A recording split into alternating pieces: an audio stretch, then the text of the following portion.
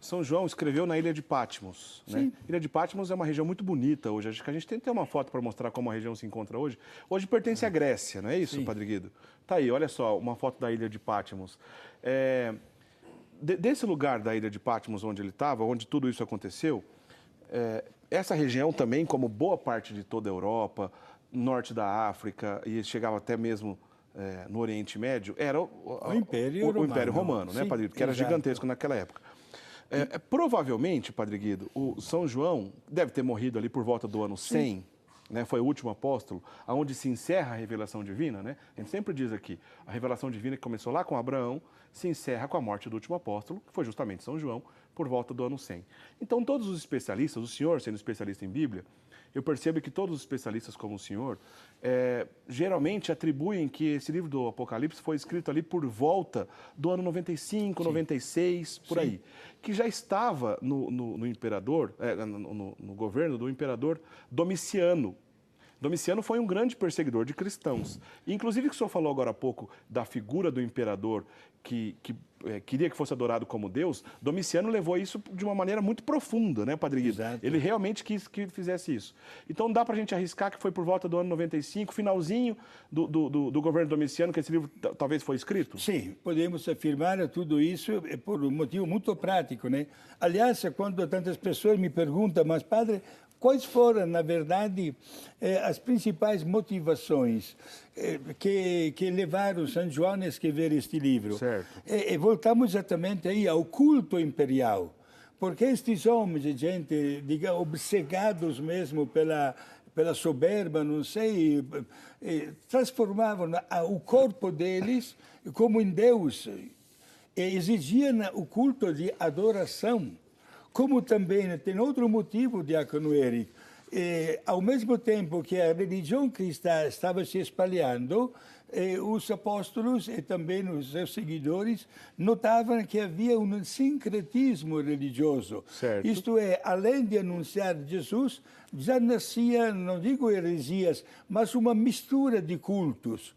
Portanto, São João, numa medida muito sábia, prudente e inteligente, escreveu este livro para dar força aos cristãos, dizendo, gente, não sejam vítimas destas coisas que estão acontecendo, permaneçam professando a fé.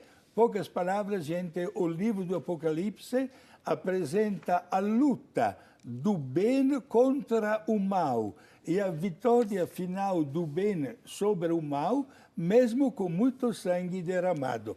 E tinha razão, diácono Eric, porque estamos no ano 95 com o imperador Domiciano. Poderíamos dizer que entre todos os imperadores, o imperador Nero, no ano 62, etc., o imperador Domiciano, e o último imperador antes de Constantino, Diocleciano, né, Padre? Diocleciano, foram as pessoas que mais sujaram a história da vida cristã. Ou seja, Nero governou de 54 a 68, Domiciano de 81 a 96, se não me falha a memória, acho que foi 81 a 96 que ele reinou, foi o imperador do antigo Império Romano.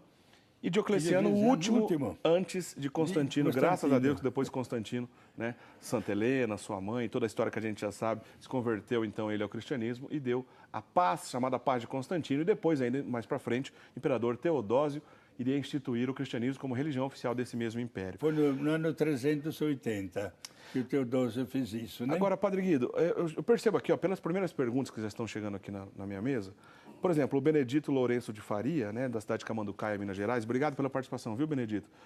Ele já falando logo de cara, que o senhor falou de número, talvez a parte mais curiosa que as pessoas têm dificuldade de entender. Vamos direto nesse assunto, né? A questão do 666, que é citado, que o Benedito já pediu para a gente comentar sobre isso aqui. Existe esse número lá, na Bíblia, São João usou esse número. O senhor falou bastante de linguagem codificada, de linguagem figurada. Afinal de contas, o que significa esse 666 que São João quis dizer? Em primeiro lugar, São João fala que é o nome de um homem.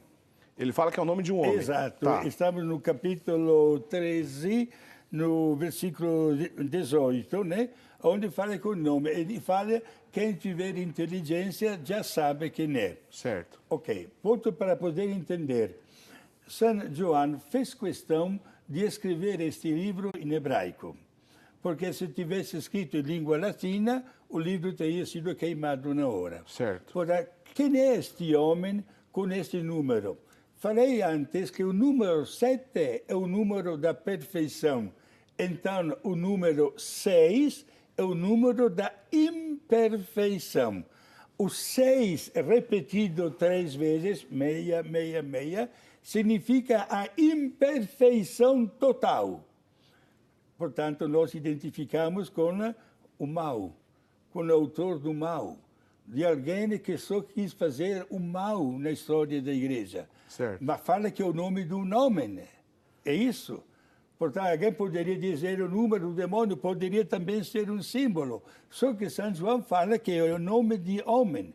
E aí veja só a inteligência, o estudo que se faz, uma pista, porque há várias pessoas que forçam até a Bíblia, desculpa na expressão, a dizer alguma coisa que a Bíblia não diz. Né? Em língua hebraica, as letras do alfabeto têm também o valor de um número. Isso acontece, por exemplo, também em outras culturas, como os números romanos. Quem tem em casa aí um relógio de número romano sabe que uma letra representa um número. É mais ou menos essa mesma lógica, né, Padre Guido? Exato. Por exemplo, um X significa 10 no calendário romano. É verdade. Né? Número romano, etc. As letras correspondem a um número. Não sei se nós conseguimos colocar... Nosso diretor vai preparar para a gente. Vamos colocar então a verdade. Tá aí, ó. Então, Padre Guido, ali são as iniciais em hebraico. Explica para a gente. Exato. A língua hebraica, meus amigos, não tem vogais. Saibam disso. E se escreve de direita para esquerda, o contrário de nós. Então, onde tem a letra Q, é o início da palavra, né? Exato. Depois tem um S e um R. César. Ah, do César, do imperador. Imperador César. César, em hebraico. A letra Q tem um valor na língua hebraica. Equivalente a 100, que está anotado ali, não é isso, Padre Guido? É a 200. 200 AR. 200, sim. 60 a letra S. E depois temos... 100 na letra Q, né? Vamos partir da esquerda, né? Certo. Letra R tem 200. A letra S, 60, que tem 100. E a palavra de baixo, De Padre baixo Guido? é Nerum. Não tem as vogais, porque a língua hebraica não tem vogais. Certo. Nerum. Vamos ler, né, de direita para esquerda. A letra N tem número 50. A letra R tem 200. Certo. Depois tem o tipo de um V, que é 5 em latim, mas 6 em hebraico. Em hebraico é equivalente a 6. E depois, de novo, N, que é 50. Fazemos a soma, dá exatamente meia, meia, meia. Que significa César Nerum. César Nero, o imperador Nero, que foi tristemente famoso porque perseguiu os cristãos e, sobretudo, foi responsável pela morte de Pedro e de Paulo. Então, Padre Guido, provavelmente ele se referiu, como o senhor disse, a uma pessoa, fazendo uma referência diretamente a Nero. Agora, Nero já tinha morrido nessa época. Sim. Aí, porque se ele escreveu por volta ali do ano 95, 96, o imperador era Domiciano. Nero só governou até o ano 67.